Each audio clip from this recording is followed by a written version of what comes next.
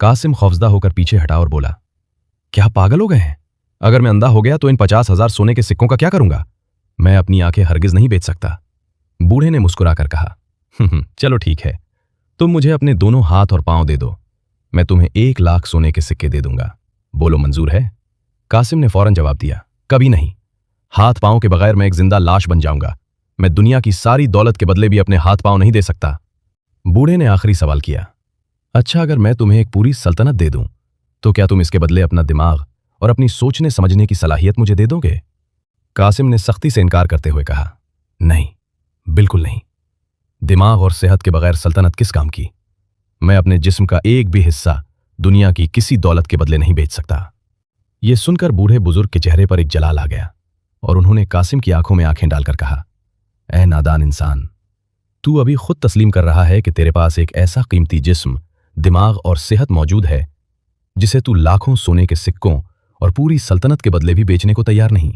फिर तू कैसे कह सकता है कि तू कंगाल है और तेरे पास कुछ नहीं बचा? बूढ़े ने मजीद कहा, कागज के टुकड़े और सोने के सिक्के छिन जाने का नाम कंगाली नहीं है।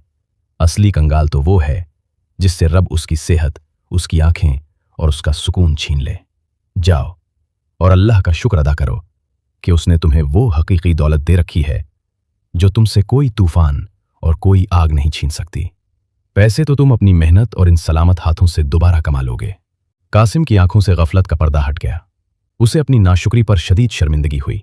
वो रोता हुआ उस दाना बूढ़े के कदमों में गिर पड़ा और उसने अल्लाह की दी हुई इन अनमोल नेमतों पर शुक्र अदा किया जिन्हें वो पैसे के खुरूर में बिल्कुल भूल चुका था।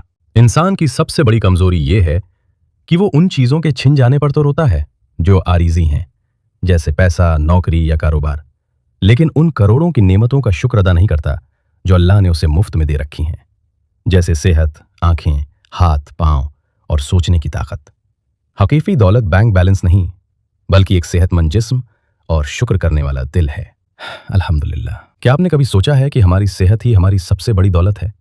अगर आप भी इस बात से इत्तेफाक रखते हैं तो कमेंट्स में यस या अल्हम्दुलिल्लाह जरूर लिखें और चैनल को सब्सक्राइब करें।